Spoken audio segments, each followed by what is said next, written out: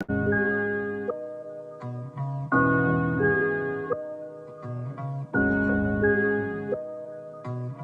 what's good, baby? Gracias, Federico.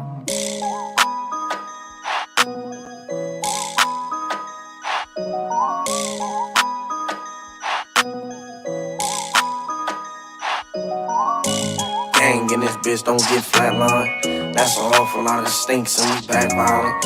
I can see a lot of clouds up in the white diamonds. And if I flood my other wrist, they gon' be back crying. Gang in this bitch, don't get flatline. That's an awful lot of stinks and we back violent. I can see a lot of clouds up in the white diamonds. And if I flood my other wrist, they gon' be back crying. Gang in this bitch, don't get flatline.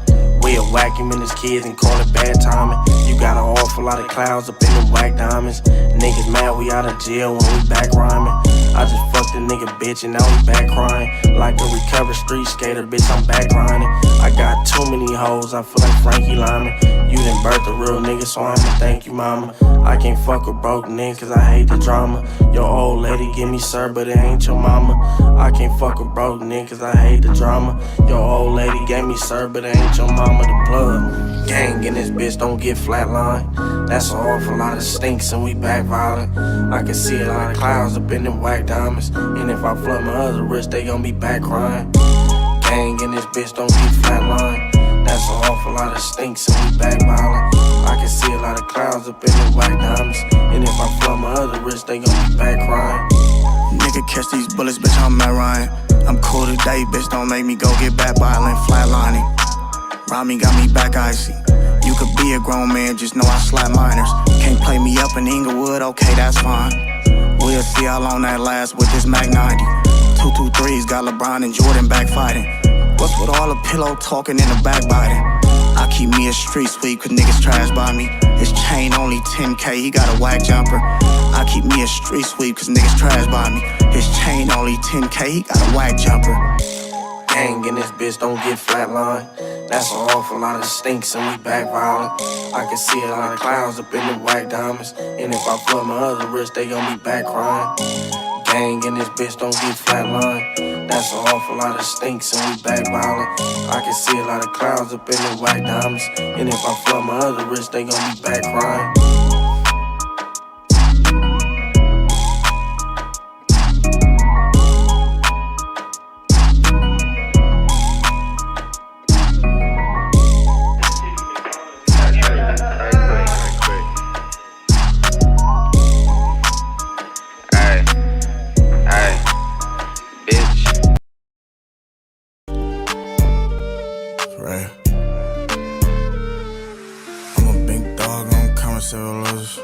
Get these niggas on my comments before I shoot them. I got the suicidal thoughts and the down, don't make me lose it.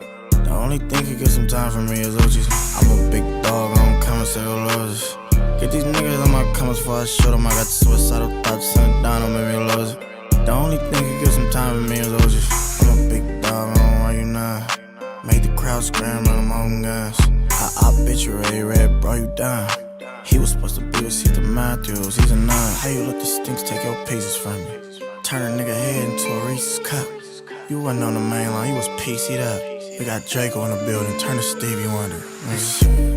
Now we back to the punchlines. I'm finna do a nigga sleazy like that one time. I got a free bus pass, he on that one line. I turn my wrist handicap like that blind nigga. I'm a big dog, I'm coming to the losers. Get these niggas on my comments before I shoot them. I got the suicidal thoughts and the down, don't make me lose it. The only thing can get some time from me is OGs. I'm a big dog, I don't come and say losers. Get these niggas on my comments before I shoot them. I got the suicidal thoughts and the down, don't make me lose it.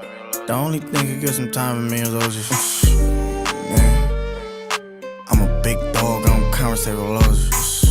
For real. Suicidal thoughts and the down, don't make me lose it. I'm a big dog, I don't conversate with poodles. I make street music you can commit violent crimes too. If we beefing, I use chunks from your noodles to make spaghetti. Throwing house party when you hear them pop shots, it's not confetti. That shit under meniscus, I can eyeball it, no fatty. For a nickel, my shooter ain't a nigga world Armageddon. I want more chains and whip like my shit ain't broke already. And I don't wanna hit that crystal cause I'm dope already. Things came to take the rap game over and I hope y'all ready. Bitch act stupid, I fuck your mama, bitch, you know I'm petty. Nigga think he fucking with me, must be blowed off fatty. This exotic stinky buzz, we don't smoke that Reggie. The I'm plug. a big dog, I don't come and say losers. Get these niggas on my comments before I show them I got the suicidal thoughts and it now don't make me lose it. The only thing can get some time from me is Uchi's. I'm a big dog, I don't come and say losers. Get these niggas on my comments before I show them I got the suicidal thoughts and it now don't make me lose it. The only thing can get some time from me is Uchi's. Man, I'm a big dog, I don't come and say losers. For real. Suicidal thoughts and it now don't make me lose it.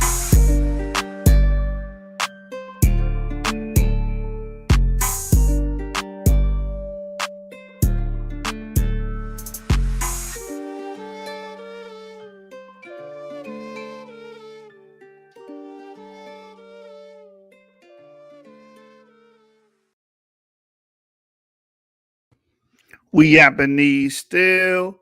You getting cooked in front of your family like a Japanese meal. It's y'all shoot the hibachi and none of you niggas can stop me, but can't help but watch me.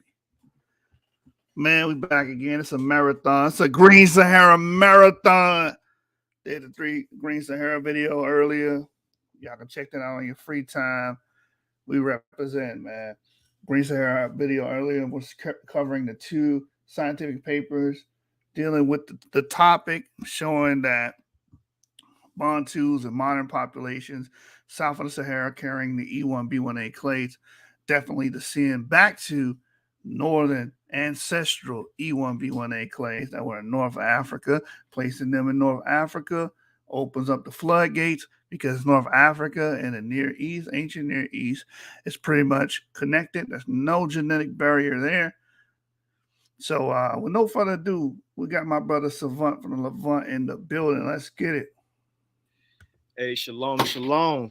Can't wait to get into today's subject, the Green Sahara, which is a very interesting and important topic, especially when understanding haplogroup E1B1A's origins and where it was at before it entered sub-Saharan Africa, long before it entered it. So yeah, I can't wait to get into it. And I got 2 videos actually that is gonna go into it. One video, the first video, is just going to talk about the general idea of the Green Sahara, you know, what it is, because this might be new to some people. And then the second video is going to go into the archaeology of humans that we found in the Green Sahara, because some people believe that the Sahara was always a desert, and you know it's impossible for E1B1A populations to have ever been in the Sahara because it was always a desert, but that's not true. We have found, or archaeologists have found, evidence of humans in the Sahara, but when during its green period, its lush period. And so I have 2 clips for that, and in the future I'll do an in-depth video breaking down E1B1A's origins and its correlation with North Africa and the Green Sahara. All right, you want to start off with the first video? Yes. So the first video is from PBS, and it's just going to explain in about less than 10 minutes what the Green Sahara is. It's going to break it down, so we can do that. All right, I got it loading up here. Let's get it, man. Like we said in the other video, bro, y'all need Yap, bro. Y'all need Yap. We the last hope. You know, we the last hope, bro. Like Luke Skywalker, man. We are the Jedi. Right, man. It's like most of these guys are trying. Most of these guys are trying to hold on. Most of these guys are trying to use, you know, eisegetical arguments, skin color arguments, Deuteronomy 28 curse arguments. And we just got to understand those arguments are not sufficient in what you guys are trying to achieve and try to prove out. Just not enough, man. You're going to have to look into anthropological arguments, archaeological arguments. You're going to look there. You're going to look at genetics. You know, you want to claim a people, but you're not even looking at genetics. Genetics is the study of people groups. You need to look at that one. You guys are trying to ignore it. Like, no, I just want to go on for the Bible. The Bible is limited to your eisegetical argument. A lot of things you guys are doing is you reading into the scripture instead of, you know, just reading the scripture and let it be what it is. So what we're trying to present is some empirical evidence that we can draw from and create our narratives instead of just going the old BHI path of just Deuteronomy 28, Joel 3, curses, skin color, et cetera, et cetera, et cetera. All right. So, with no further ado, let's get into this Green Saharan video. And it's the video entitled When the Sahara Was Green by PBS Eons. And imagine the Sahara Desert. You're probably picturing an arid landscape. Just pause for a moment and imagine the Sahara Desert.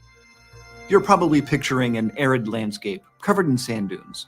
There's almost no water. Out in the distance, there might be a few camels walking in the hot sun. It's not the most hospitable place, but ancient artists in northern Africa saw a very different Sahara. Like many artists, they just painted what they saw around them.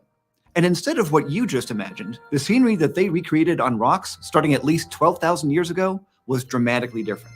They made pictures of hippos and giraffes and other savanna species that need to live near water. There are even images of livestock and grazing animals like cattle and sheep. While you might see these mammals in southern or central Africa today, you'd never find them in modern Sahara. But this rock art is everywhere, from the Western Sahara to Saudi Arabia. And it's also incredibly accurate, which means the artists were really familiar with the animals that they were depicting. For the artists to be that knowledgeable about hippos and giraffes, those animals had to have lived there. So all of this means that the climate of the Sahara must have been completely different thousands of years ago. And I'm not talking about just a few years of extra rain. I'm talking about a climate that was so wet for so long that animals and humans alike made themselves at home in the middle of the Sahara. The many rock artists who lived there created a record of this ecological change, but they didn't record why it all happened. It would be up to scientists from lots of different fields to figure that out thousands of years later. Geologists would find the first clues, not in the Sahara, but at the bottom of the Atlantic Ocean. Archaeologists would uncover seemingly unlikely evidence of vibrant societies in what's now the desert.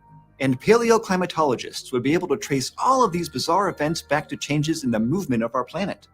All of these lines of evidence would come together to tell the story of when the Sahara was green. In the mid-1800s, a German explorer crossing the Sahara encountered the paintings and engravings left behind by those early Holocene artists, and he puzzled over the mismatch between the scenes depicted in the rock art and the desert around it. Since then, modern geologists have been able to use many lines of evidence to confirm what the rock artists saw.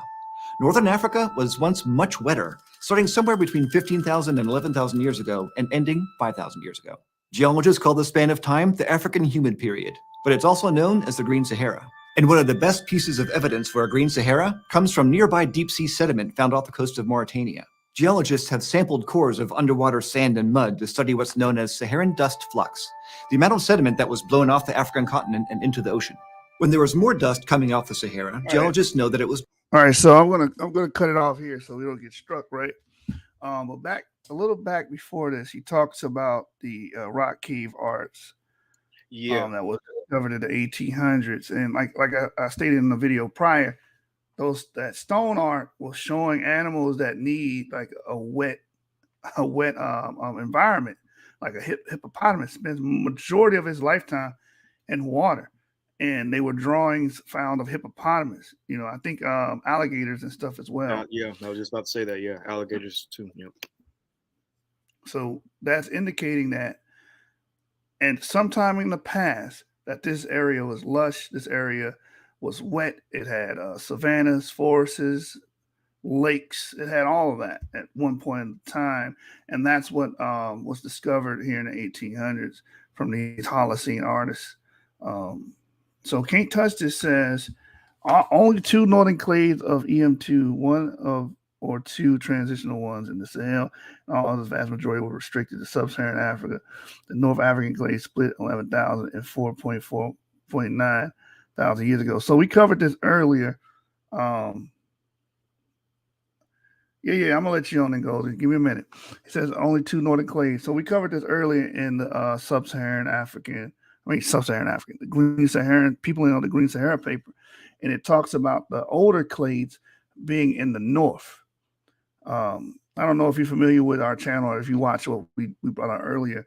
Having those ancestral older clades in the north, and then breaking off down into the downstream clades of those earlier branches proves that EM2 that you find in sub-Saharan Africa actually descends from the ones that were initially in the Green Sahara or in North Africa, which we covered extensively in the video done earlier this morning. Left behind by those early Holocene artists, and he puzzled over the mismatch between the scenes depicted in the rock art and the desert around it. Since then, modern geologists have been able to use many lines of evidence to confirm what the rock artists saw. Northern Africa was once much wetter, starting somewhere between 15,000 and 11,000 years ago and ending 5,000 years ago. Geologists call this span of time the African Humid Period, but it's also known as the Green Sahara. And one of the best pieces of evidence for a Green Sahara comes from nearby deep-sea sediment found off the coast of Mauritania. Geologists have sampled cores of underwater sand and mud to study what's known as Saharan dust flux, the amount of sediment that was blown off the African continent and into the ocean. When there was more dust coming off the Sahara, geologists know that it was drier, with very little vegetation, like it is today. And if there was less dust, that means it was wetter. These sediment cores show that there was much less dust, potentially only half as much, coming off northern Africa during this humid period than there is today.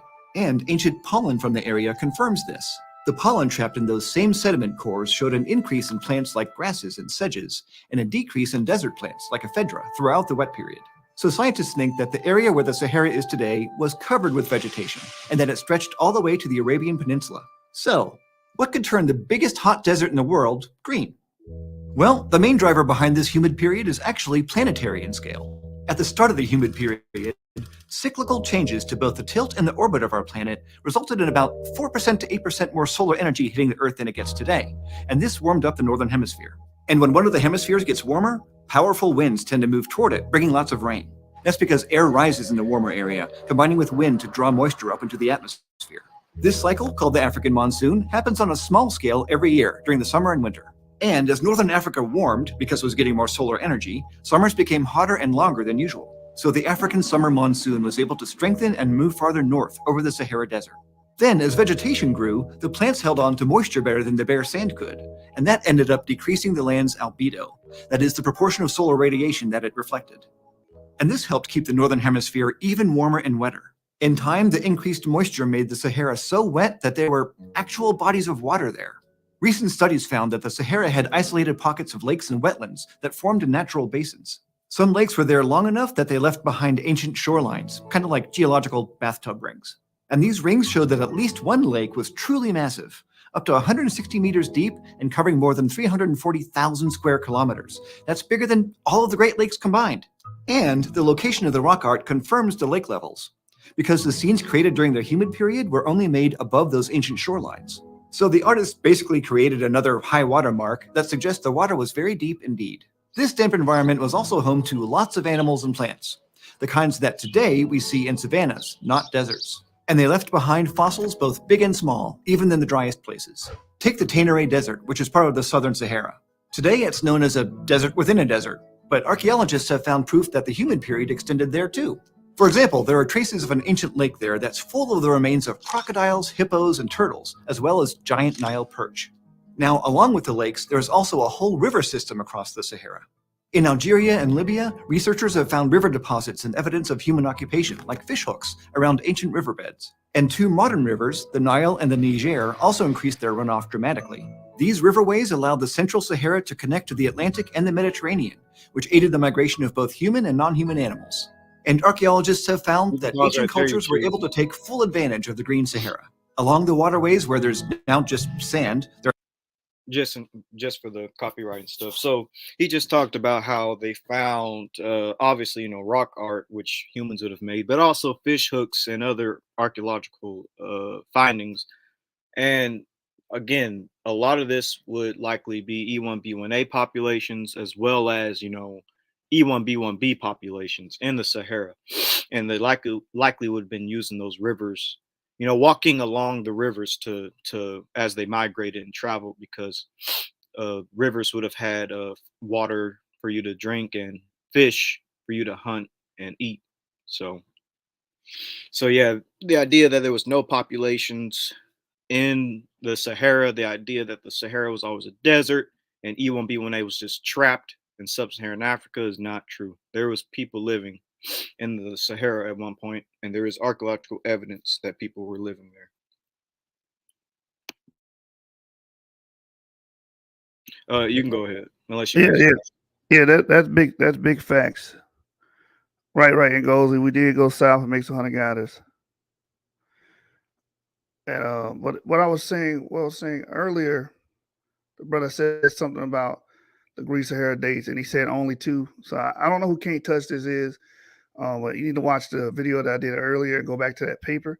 It actually gives out a great chart, which I can go to real quick, of the clades associated with it. There's a Remember, you bunch of said, yeah, only two. And I take it that you're trying to minimalize it, but you're not getting the understanding of the paper. The paper is not Yeah, worried about numbers; it's worried about the point of multiplication.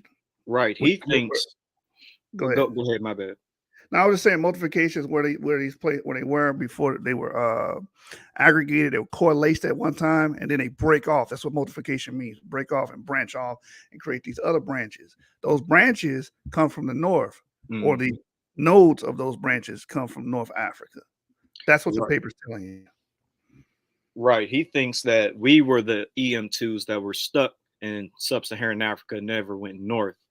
Whereas that would not be the case because a lot of us have North African DNA. Like I have North African DNA, both the typical modern North African, but also the ancient Ibero-Maurusian.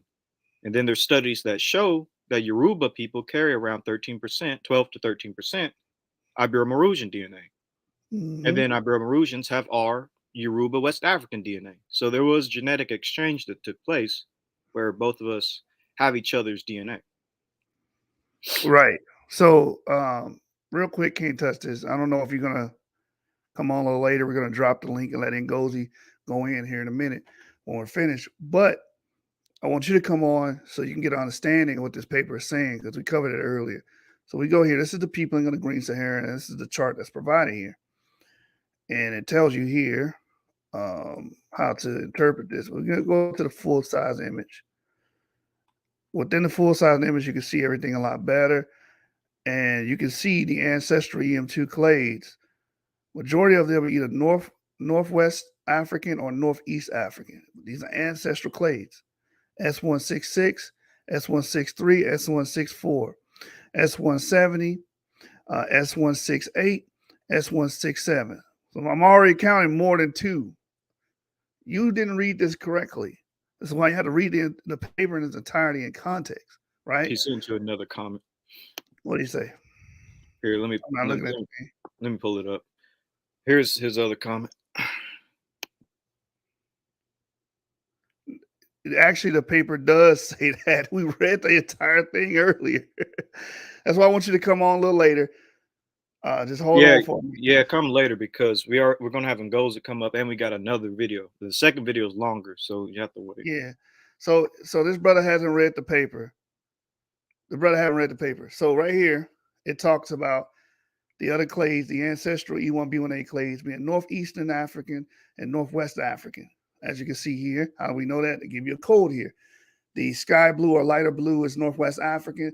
The navy blue is Northeastern African. And as you can see, the EM2 branches here, S166, S163, S164 are all navy blue, representing Northeast African. And the S165 is navy blue, which is Northeast African. And then the S170, S168, S167 are all Northwest African. Okay. That's what this paper is illustrating, right? So we're going to let the video play and then we'll go back and I'll point out some more. See, S169, another EM2 ancestral branch, is Northwest African, right? And you can see Northwest where they Africa branch would be like Mauritania, Morocco, stuff like that. Yeah, yeah. And then Northeast Africa, of course, be more towards Egypt and stuff of Like that nature. Chad, yeah, Chad, Libya, Egypt, yeah. Which you have a lot of Tuareg who have EM2 out there, and a lot of Fulani. Obviously, Fulani, they're in the Sahel. They're from like West Africa all the way to East Africa. Right. But this study does not involve the Fulbe people in the Tuareg because they're known to be migratory. So they took them out as a control. So they didn't want to use them. Right, right.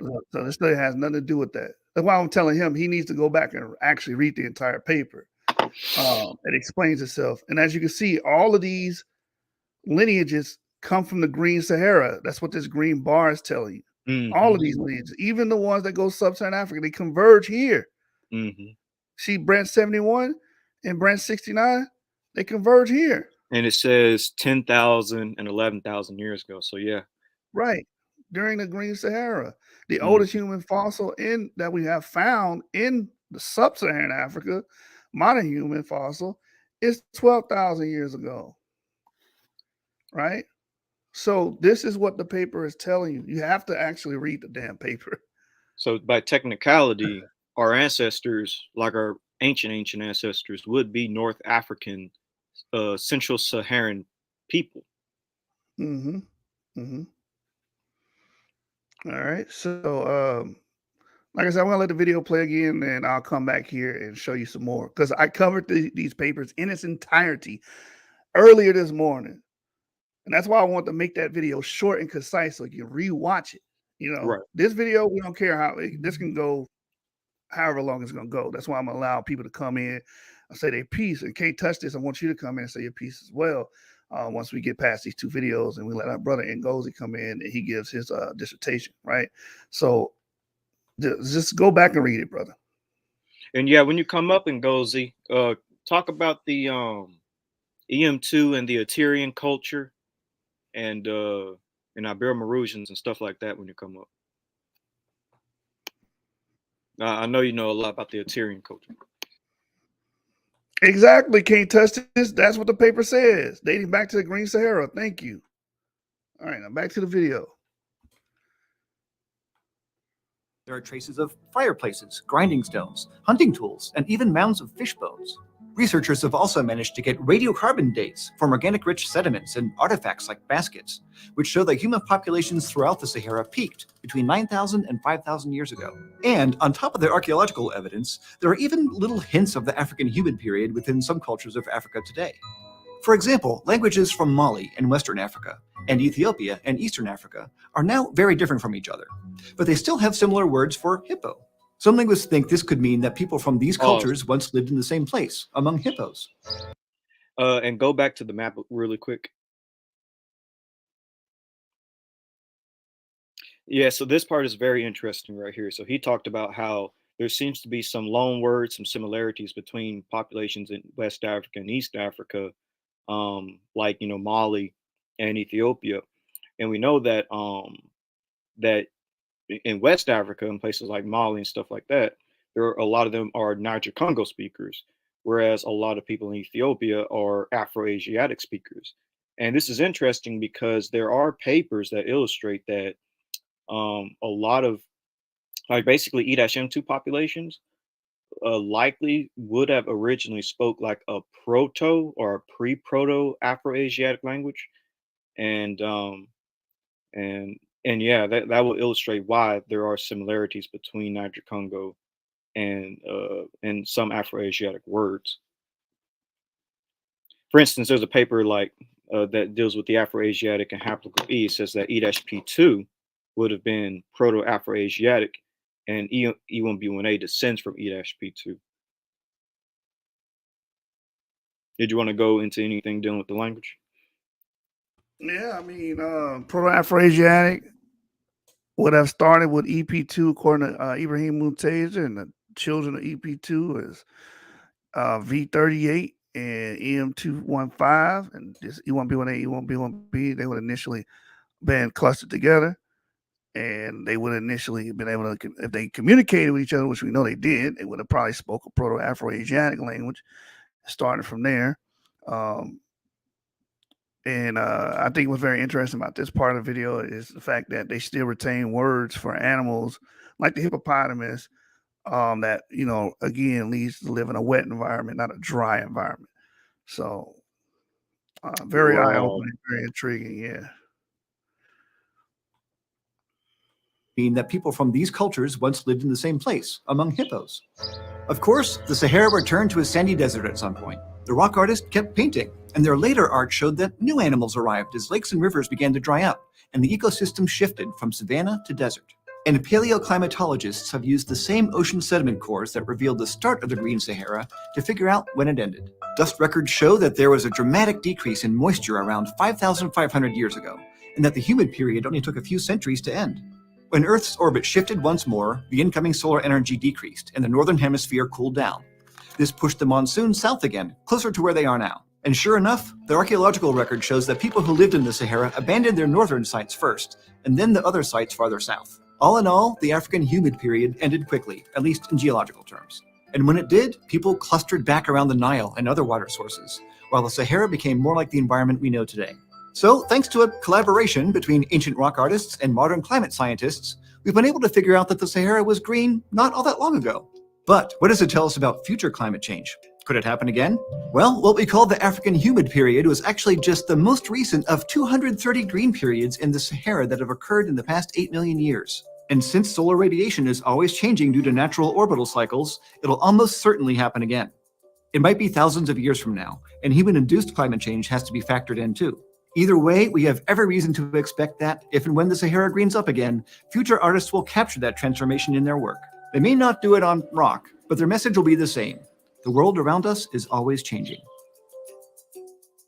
And that's the first video. Now that we've got you thinking about extreme climates, you should check out Antarctic Extremes, a new mini-series. So that was the first video. Like I said, not very long, less than 10 minutes. Only took 30 minutes to cover.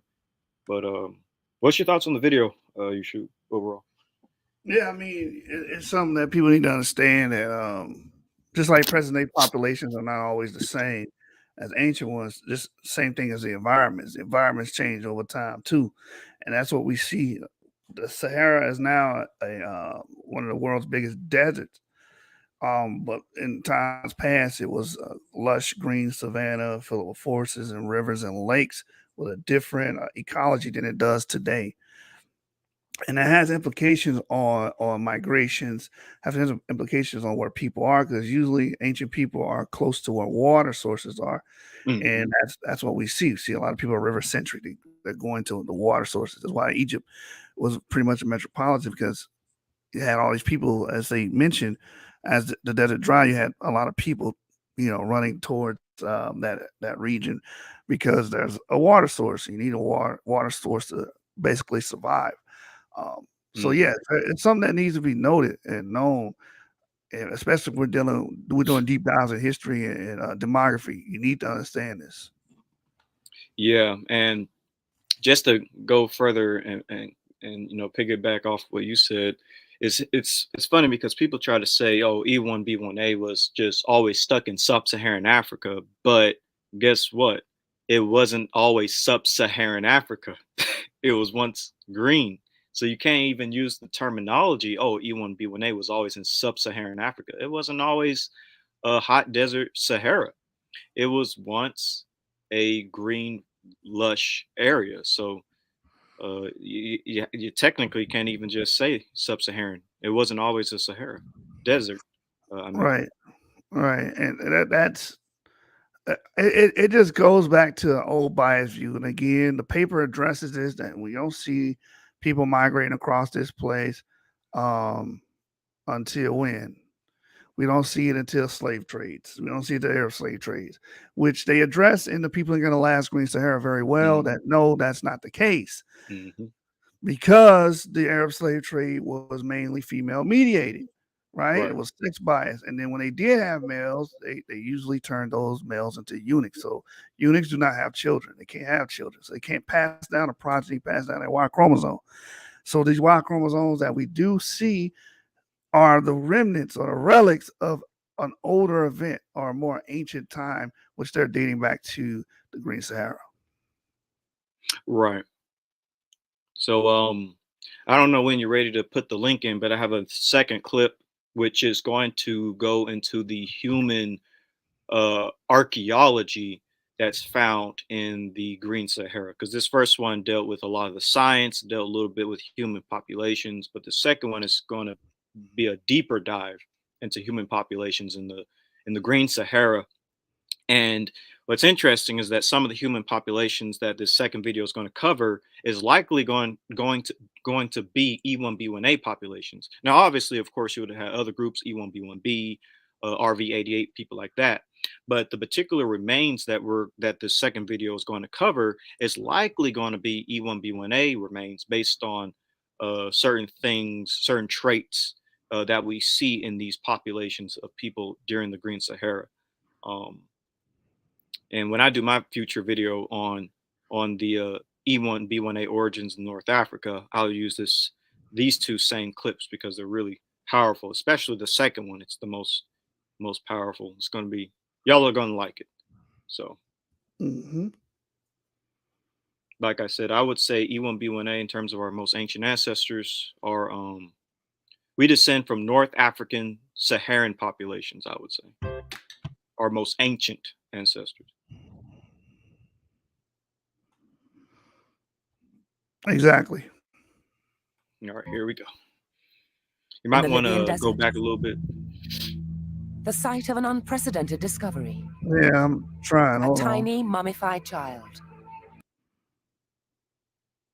Kind of acting up on me a little bit. Let me just. You can also use the I don't know, on your computer. There's a I got it. I got it. Okay.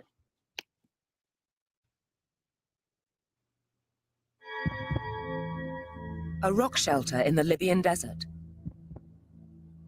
The site of an unprecedented discovery. A tiny mummified child. Until the moment he was unearthed, everyone thought the Egyptians had invented mummification in Africa.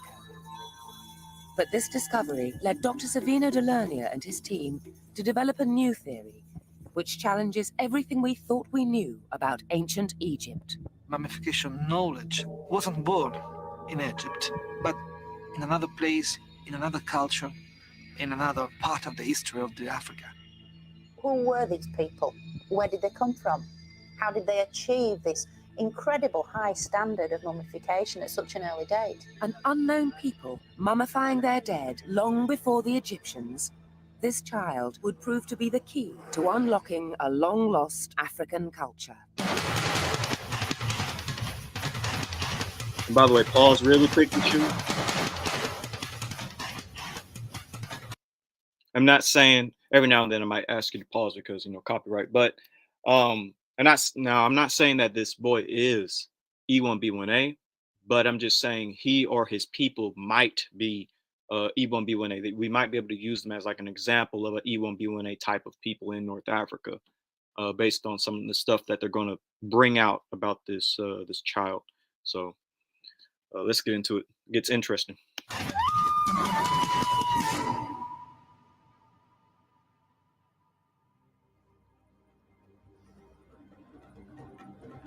The Sahara. This is the largest desert in the world. It's also one of the hottest places on Earth, and one of the most remote. Italian archaeologist Dr. Savino Delernia of the University of Rome has been driving for 2 days.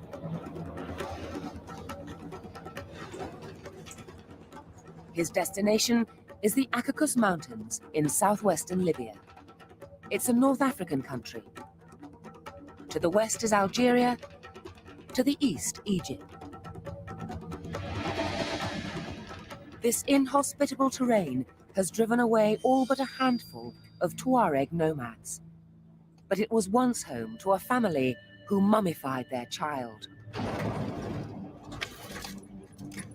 Year after year, Savino returns to this majestic landscape, hoping to uncover its secrets. It all began 40 years ago with the discovery of the little mummified boy, Juan Mahujaj. He took his name from the rock shelter where he was found.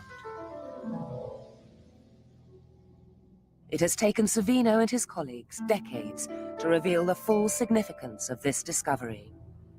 I think that Mummy and the rock shelter really started the archaeological and historical reconstruction of the ancient civilizations here in the Sahara. We think of Libya's population today as largely Middle Eastern. Yet the team still believe that thousands of years ago, this area was inhabited by Black Africans from the south. But apart from some rock art depicting Black hunters, archaeology... So this is very interesting right here that's being said. So where they found this young boy's remains, it was all the way in North Africa near Libya, Algeria, and Egypt. And according to that general area, it is believed that that was once inhabited by Black African types of peoples, and these possibly, not saying that they are, but these possibly can even include E1B1A populations. Um, and that's another thing when it comes to using the reference of Black Africans. A lot of North Africans today love to say, "Oh, North Africa was never black. It only became black once the Arab Islamic slaves brought sub-Saharans out of West Africa." But that's just not true. Thousands of years ago, during the Green Sahara, you would have had quote unquote Black African populations as far north as Libya, Egypt, and Algeria in the Green Sahara. So I think that's some interesting, important to kind of note here. Is there anything you want to add? No, you can let it play. All right. Just had no proof of this. The discovery of the mummy changed all that. The significance of the black mummies. We have the first evidence of black people in the area, that it was supposed to be, but we hadn't had evidence of this. This was the beginning of an extraordinary quest that would ultimately reveal an unknown African culture.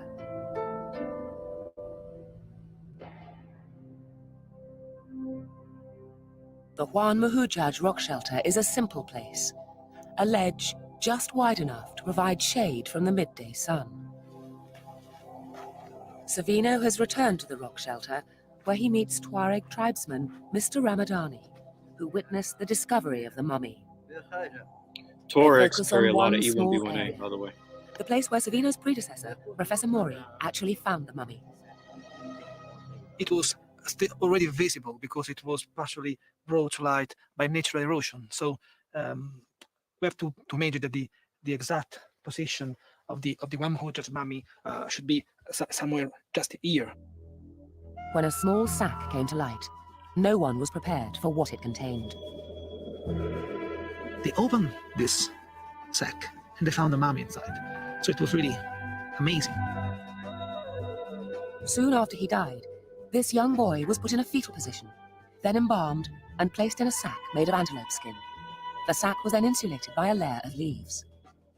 This careful preparation protected his small body from the elements for the next 5,500 years. The Italian archaeologists knew they had found important evidence. It wasn't just the apparent color of the mummy's skin, it was the shape of his skull which suggested he was black. And if he was, this could rewrite the history of mummification in Africa. They needed to be sure. After a tortuous 10-day camel journey to the nearest town with their fragile cargo, the team returned to Rome to have the mummy analysed. Dr. Giorgio Manzi of the University of Rome is the world's foremost expert on human remains in Libya, and his department boasts an impressive collection of Libyan skulls. The reason why the members of the Italian team in the 50s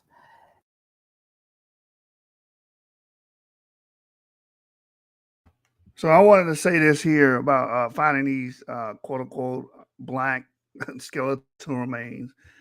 I hate using terms like that. It makes me kind of cringe, but we know what they're trying to say, right? People with Africoid phenotypical expression, which a lot of people that is in North Africa there are a lot of people that are white supremacists. I'm just going to call you out what you are. You think that Black Africa, as Muntaser says, it is restricted to below the Sahara. It was? Yeah. All right. Hey, Avery, can you hear me? Yeah. The stream ain't suspended. I can still see viewers. Hold on. Let me pull it up on my phone. Hold on. Yeah, that's why I was like, you can't really play videos like that. Let me see. Okay. Yeah, I see that we're live in StreamYard, but yeah, the video says stream unavailable. Hold on, let me share my screen so you can see what I mean. Might not. Yeah, so we can't cover that damn video. We can't talk about that video. I knew it. There's other videos we could cover. Can you see my screen? Mm-hmm. There's other videos we can cover. That PBS video wasn't striked. But all right, so we'll close it and then open up the chat, and then we won't go over that video. Yeah, we have to find something else. Yeah, hold on. Let's end this one and then re-up. Hold on, let me see, what does it say?